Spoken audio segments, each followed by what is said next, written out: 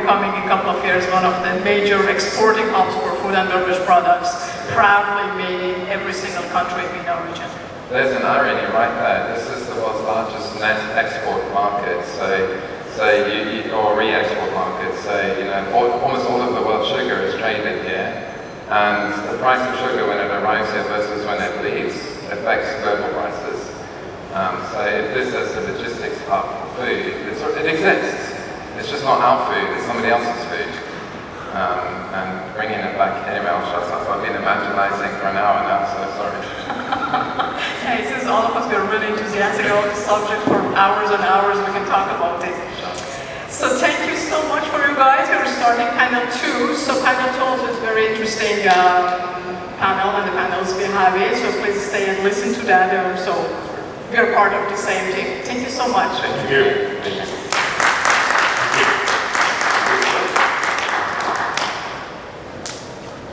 So for the second panel, we have on the startup joining us from Egypt by Zoom. So let me set up actually the Zoom connection with me.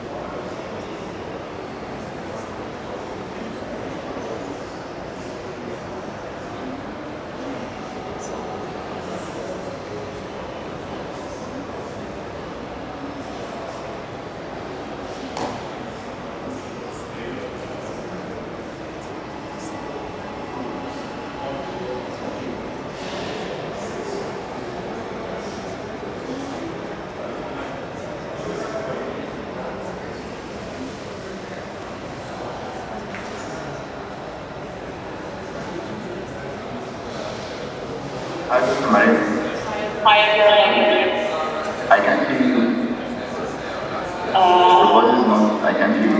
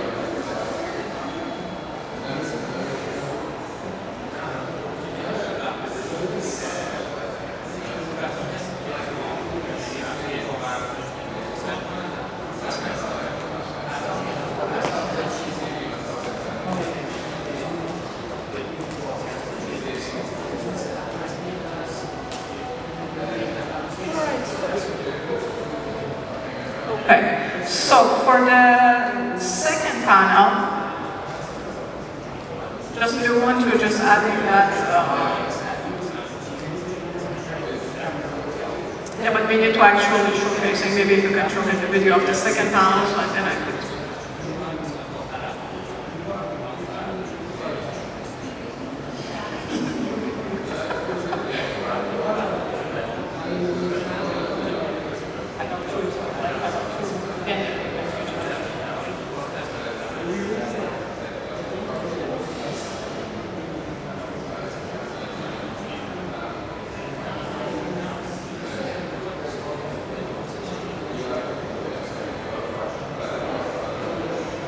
Okay guys, so I'm going to introducing the panelists for second panel.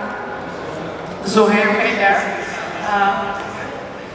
Zohair is a 3 times award-winning entrepreneur building Jalebi, a TechStars backed SaaS company that restaurants use to optimize food stock consumption, waste tracking, and other order management.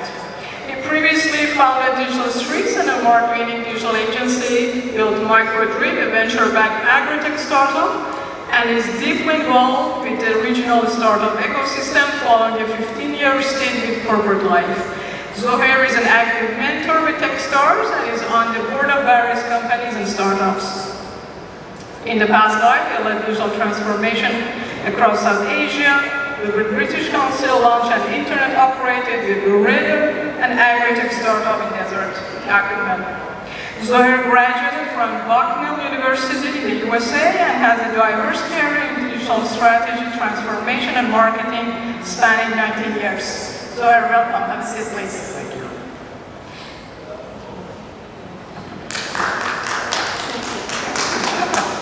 Our second panelist, Colin Rafferty, is a seasoned CEO, certified non-executive director, and certified turnaround practitioner, CTP, with proven success in situations of rapid change, delivering attractive multiples and successful exits. Strongly focused on success factors and measurable results, driven by pace, flexibility, and aspiration for performance. Colin, welcome.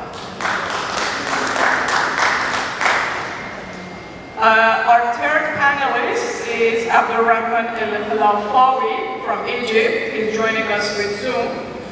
Abdurrahman is a highly motivated and experienced social entrepreneur, passionate about driving positive change. Throughout his career, he has demonstrated an ability to manage projects effectively and develop successful business strategies in various fields, including agriculture, waste management, agritech, and handmade crafts. Currently, he is a co-founder and project lead at COPMINA and the regional program coordinator at Womanpreneur initiative in the region. Abdurrahman has also been recognized for his contribution as a Meaningful Business 100 honoree in 2021. So he's joining us through Zoom. The last panelist we have is Tyrese Campbell, is a seasoned governance, risk, and compliance professional with over 12 years of experience in safeguarding critical infrastructure, data, and networks. Proven record of implementing IT security frameworks, risk management, incident response, and risk mitigation. Tyrese is global cybersecurity conference speaker and presenter, frequent contributor, recording in progress, cybersecurity, OPEs, and articles. Welcome, Tyrese.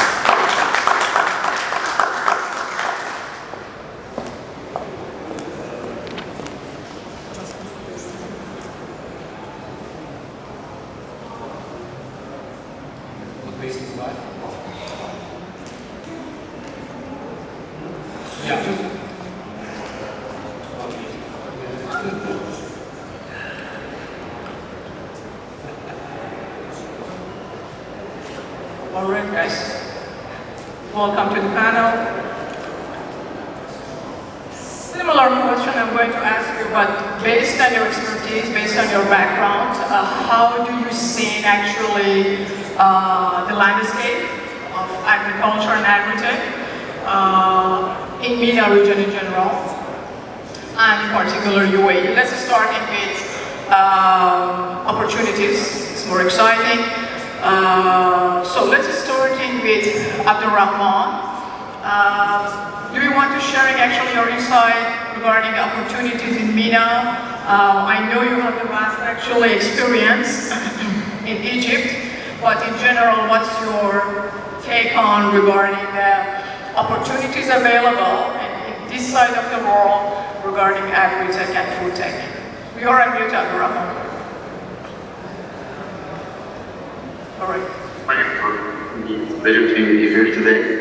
About the question about the opportunity that exists in the MENA region right now, I believe that there is a huge opportunity actually arising now in the MENA region when it comes to Foodtech and Agritech startups, especially that we have facing many problems actually about the food and the world is trying to secure more food in the region around the world. And the European, Americans, all of them are looking forward to the MENA region since we have the landscape and we have the landscape to grow these crops to secure the food around the world. So that's one of the biggest opportunities, and there is huge interest about this, people to provide all the resources to the people or the entrepreneurs who are going to create more innovative ideas actually to produce products or agricultural solutions and agri-foodtech opportunities. So yes, there is so many actually opportunities, and the good thing that there is interest from the politics, from the governments about supporting the entrepreneurs, supporting them to bring their ideas to life and make sure that they are following the structure. We can see in UAE they are supporting entrepreneurs a lot to make sure that they have the landscape, they have all the resources to be able to validate and make sure that the products or solutions come to the light. So yes, there is a lot of opportunities actually, and we have to take the advantage out of it, and we are doing our best actually to make sure that we are delivering the value out of it. If you want to elaborate on the opportunities, what would be like three main categories you are going to elaborate on that? In MENA, or in particular in Egypt, you have experience in that? I can say more, it's about access to funding, so there is more giving opportunities to access funding to entrepreneurs and making new funds to support this kind of entrepreneurs in this specific domains or specific sectors. One of the things, other thing is trying to making market access to them, to connecting us with expertise from outside the region, make sure that we have the network, have the knowledge actually to make sure that we deliver it the right way is one of the things. Actually working on the infrastructure is one of the most important things, that developing the infrastructure in the region right now and make sure that it fits the high standards, to make sure that it's aligned with the high quality, to make sure that delivery value solutions right. So this is actually one of the main things that we can see, especially in Egypt. There's a huge development actually in the infrastructure to make sure that we are working on it. And one of the things actually is the regularity. So in the past we suffered a lot actually from the regularity when it comes to entrepreneurs, because this was something new to the government. But we can see now they are trying to align with this, making new regularities to make sure that they make it easier for the entrepreneurs, make sure that they do what they are doing. So it's one of the things actually that's developing nowadays, Egypt especially, and in the region overall. Very interesting. Zohair, if it, back to you, with many years experience in agriculture, Agritech, now with Jollibee, which is actually solving a lot of issues for the tech. So what would be your take on regarding opportunities in this region, in MENA in general, and specifically for in UAE? So thank you very much, everyone, for being here. It's always nice to kind of get together with like-minded people. I was very actively involved in Agritech many years ago, and I've not been actively involved in this region specifically in this, but I know from my time when I was working, so just a little bit of context, I was working with a company in 2006 called Acumen, which is a social venture capital company out of New York, and I built a sort of a drip irrigation company that was basically importing low-cost technology to poor farming communities in Thaparkar, which is the sort of desert region of southeastern Pakistan. And a lot of, at that time, efficient irrigation technology was still very new and novel.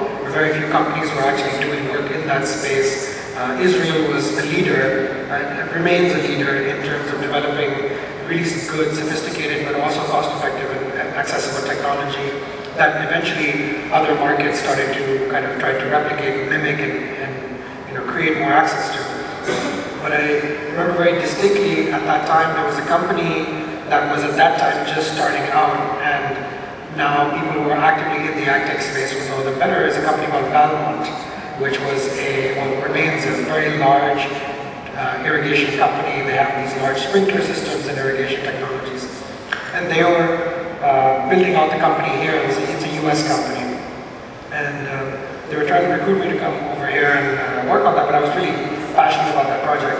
But I think that one of the interesting things that I've seen over the years in terms of how that part of the sort of first mile of produce, if you will, has matured has been incredible, because when you try and make efficient production more mainstream and accessible to larger audiences, and you start seeing the benefits of that, people start taking it as second nature. I mean, if for someone like me who's been in Dubai for just over, I think 11 years now, 12, coming on 12, there are weeks that go by barely, and an entirely sort of beautiful patch of grass, flowers and grass and shade will be stripped, and the new plants will be planted, and everything is powered by drip irrigation. And it's remarkable that you can use technology like that to create vegetation in climates like this. And I think that one thing that I've always loved about Dubai, and especially the sort of UAE within the sort of ecosystem of the GCC, is that we've always been very pioneering and trying new things and taking risks with things that otherwise would not be seen as, smart or thoughtful, because nobody else is doing it. And I think as Dubai has kind of caught up with leading those things and now becoming the sort of pioneer in a lot of these initiatives, you see that this technology permeates through a lot of mainstream infrastructure, where now you have vertical farming, and you have other kinds of produce capability, capability for produce that is being made here locally using the same kind of technology, which 15 years ago nobody was looking at. Now that's all you use to create, hydroponics and things like that. So I think that the opportunities here are really kind of leading as opposed to lagging in terms of how other markets can look at what are things that you can do in very difficult climates to be able to create things that can feed both the local population and create export quality material that has high value and high demand in other markets. Very, very true. That's lovely regarding, the leadership, the vision of the government is providing, this initiative, or even they're listening to the new ideas, innovative ideas, and they're making decisions really fast, implementing those strategies really fast, which is the beauty of, UAE, and it's a really lovely leadership, and I would say. Not because, again, we are here, we have an office here, whatsoever. We need to appreciate whatever is good around. Right. Kolya, based on many years' experience as a consultant in Europe, in Qatar, in UAE, work with private sector, public sectors, what you see as as a consultant with many different backgrounds, work with different actual industries, what you see regarding this sector here in terms of opportunities, a real opportunity from the lens of the eyes of Kolya. Good morning. Thank you for having me. Very interesting discussions this morning so far. I believe the Middle East as a whole is setting a very good framework for Agritech. Agritech has a number of elements which obviously come together. It's IoT elements, it's based on weather forecast, it's a question of supply and demand. So there's a lot of technology coming together. We have a population here hiking up to 600 million. We do have clear instructions from the government to seek for food security, for supply security. So actually everything is there, makes it one of the most vibrant areas in the market. However, we don't see that in the numbers. If you look at the global spending and investments into Agritech, it's only the low single digits what was happening at the moment in GCC and in the wider Middle Eastern region. So this is quite surprising, because again, demand is there is clear commitment from the government to support food independence. Yet we do not see the investment from venture capitalists nor from private equity companies here in the market following this trend by any means. Even if we look at the investments which take place, they're mainly locally driven. So it's local investors investing in local agritech, which is obviously it's a good initiative, but it's not keeping up with the, let's say, rather industrialized farming culture which we see in Europe and especially in North America. A very important point you actually mentioned and pointed out regarding investors. What's your take on regarding VCs in this region? How strong you're investing in like Agritech Foodtech companies? So here also you have a many years experience. And I would like to also hearing Abdurrahman regarding the Egypt market for the how eager are the VCs in Egypt and UAE or in the region in general investing in like Agritech, food tech company rather like, you know, fintech, which is very popular. What's your take on it? Let's start with Abdurrahman. Regarding Egypt, or if you have any knowledge regarding other countries in the region, the appetite of VCs and the angels. This is one of the problems that I talk about the funding, one of the opportunities that exists in the market to provide to agritech startups, but actually one of the problems, but actually it's something that we face. Because getting funding for a startup, especially in agritech, if we are not having a technology-based platform that provides technology and traction, that's not attractive for investors, especially the VCs. So that's one of the things that we are issues. That's actually pushed us at some point that we need to scale up faster and make sure that we are aligned with the technology, so we have to add a technology. But based on our product, it's not technology-based at all, that we are growing much spend per capita down. So it's still economy is more into this and food production. So when it started with VCs and angels, they weren't interested actually in this type of business because you know that you require a lot of amount of money and that you have a high risk and that's not the type of business that they are buying. So you have to go for more businesses or VCs that are interested in climate or waste management or something related to security. And these type of VCs or angels are few in the region. So this is one of the actual problems that we face. It's not only in Egypt, it's in the whole MENA region. And this something is, it's really not easy actually to respond. It's easy for us. It requires a lot of effort to make sure that you develop more your product and make sure that you have a high potential and minimize your cost as much as you can. So that requires a higher effort from us to be able to make sure that you align with their standards. I get you. So you mean we need to educate the business specifically for this sector and highlighting the benefits of agritech and food tech for them rather than just investing in the typical investment like a fintech or whatsoever. Yes, actually, but it depends on making money. So they're right actually to look for the businesses that makes a higher rate or a higher ROI and small time. So that's right, but they choose especially easy, especially funds to support this kind of startups because actually it's about the future, securing the food security for future and other things. And this is one of the things actually that governments, politicians should be pushing for the other PCs people to move to more something like this model. Okay, get you. Thank you. So here, do you want to share your insight regarding this matter? Yeah, I mean, I very much agree with what Abdurrahman just said about having a technology enabled, at least if not a technology's first sort of approach, because I think I'm not an expert at raising money from venture capitalists. I've raised a lot of money in the last year or so, most of it from angel investors. But what I found is that the KPIs and requirements depend on the audience that you're trying to raise money from and what you need that money for. But ultimately, I mean, for me, we are building a SaaS company.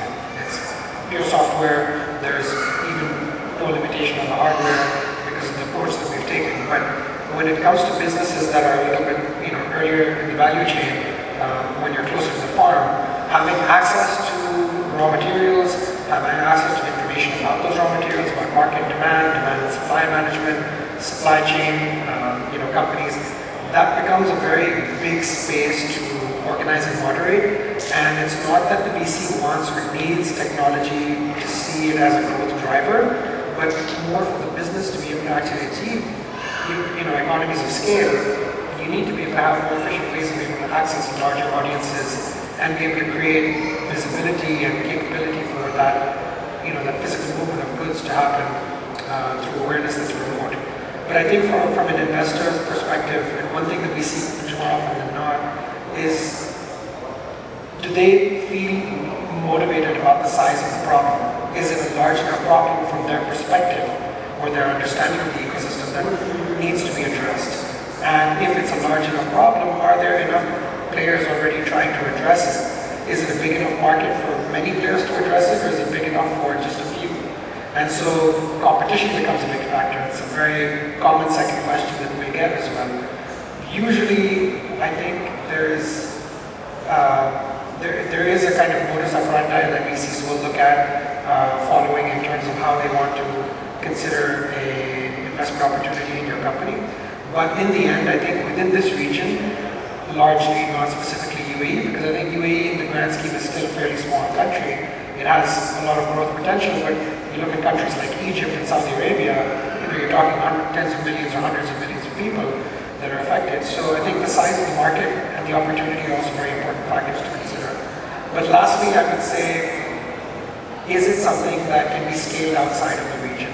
Is it something that has capability or potential to scale in Europe or in North America or in South America, where scores of audiences could be sitting there as potential consumers or audiences for, but then ultimately, like Dr. Rahman said, unit economics and growth factors are all really kind of key factors in all this. But I think that we're sitting at a very important turning point where you see a lot of investments going into agtech, and I think it's interesting. I think one thing I should mention is climate tech is an interesting angle to look at for agritech, or so food waste. I was reading earlier, one of the companies that was speaking earlier, they look at food waste as a big part of helping businesses reduce. That comes under a climate tech sort of category, where some VCs are raising very large amounts of money to invest in those kinds of companies. So it just depends on how you frame and position it as well. But if you tick the right boxes, there's a lot of opportunity. Very important that we don't see a lot of agritech or food tech companies in the region. In Africa, it's much more than, Tyrus is going to talk about it.